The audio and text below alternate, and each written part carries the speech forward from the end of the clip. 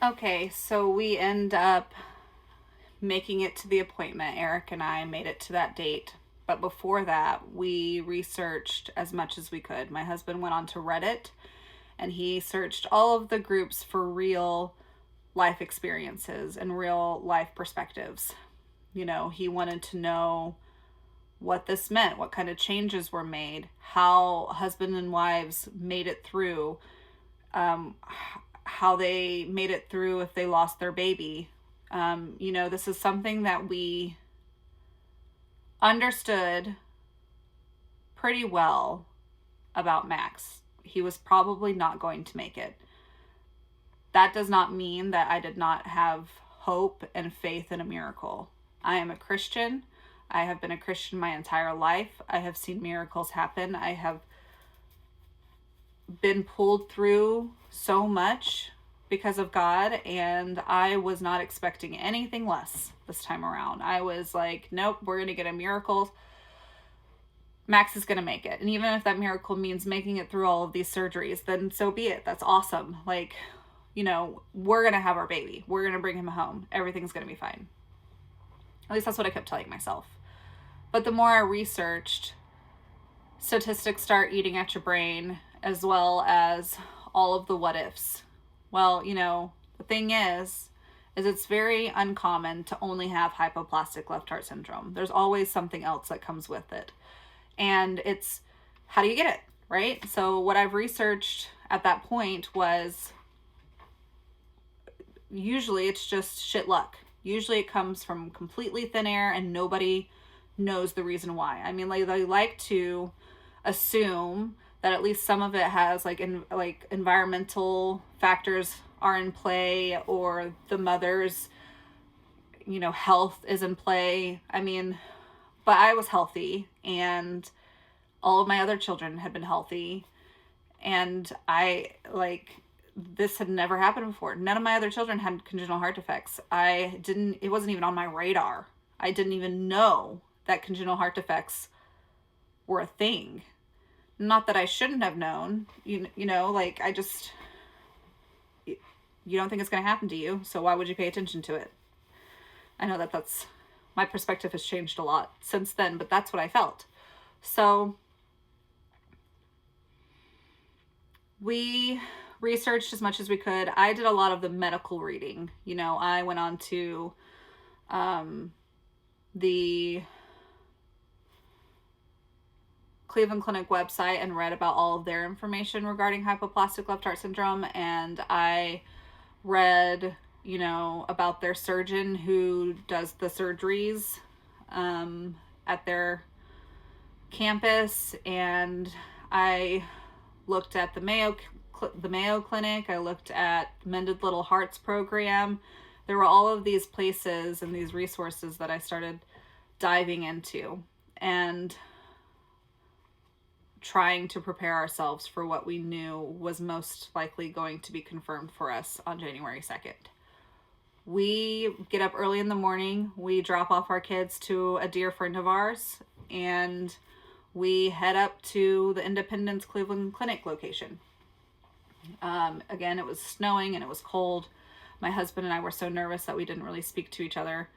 It was so quiet that you probably could have used the silence to cut glass. We were both very, very worried. We held on to each other's hands the whole time, and we just, got through every single second until the next second. And then we arrived at the hospital, and my husband, who has been on his own faith journey, but has never prayed with me in person or out loud before we got out of the car, said, we need to pray. And, I was the one that always had all of the faith. But I was having a really hard time praying because I didn't know what to ask for. And I just needed Jesus to sit with me. And I just needed him to feel the pain with me and not necessarily do anything to fix it. But my husband for the first time ever, took my hand and prayed out loud. And then we get out of the car and we head into the appointment. The appointment was inside a small room, like as small as a closet.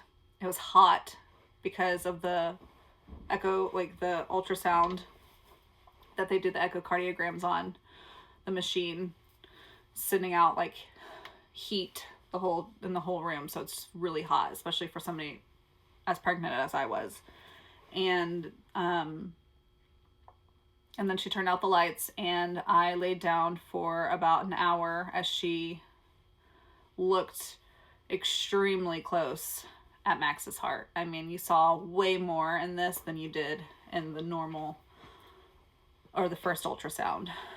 And then she went and retrieved the cardiologist, the pediatric cardiologist, and then she came in and spent about 45 more minutes looking herself. Then she took us into a regular appointment room. She sat a chair in front of Eric and I, so we're kind of in like a triangle. And she stepped out for about 5, maybe 10 minutes. And my husband, I remember him saying, I don't think she's going to give us good news. And because I was such a nervous wreck, I was like, please don't ask her anything until we get all the information.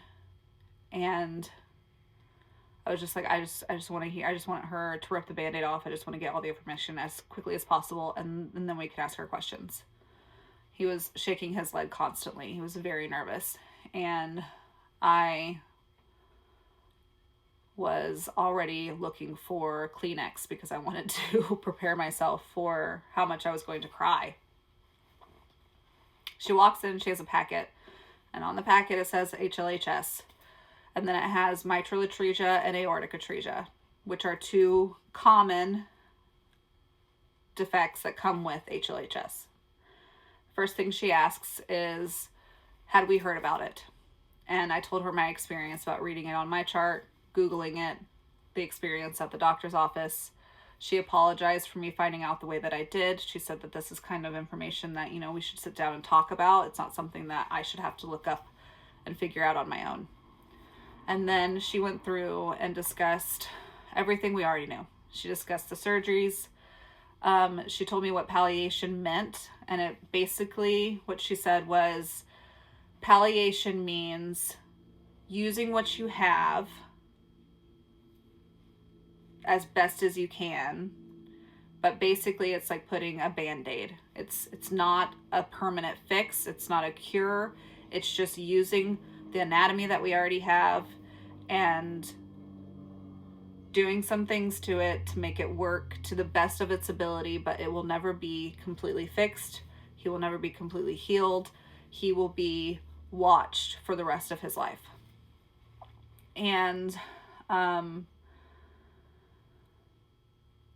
she was very kind. She was very respectful. She was very understanding. I could tell that this was not news that she wanted to share, and I could tell that she's had to share it before. So we thanked her. I cried. We went to the car and I called my mom and I told her. And I'm not sure exactly what she felt at that time, but I could tell that she was in shock.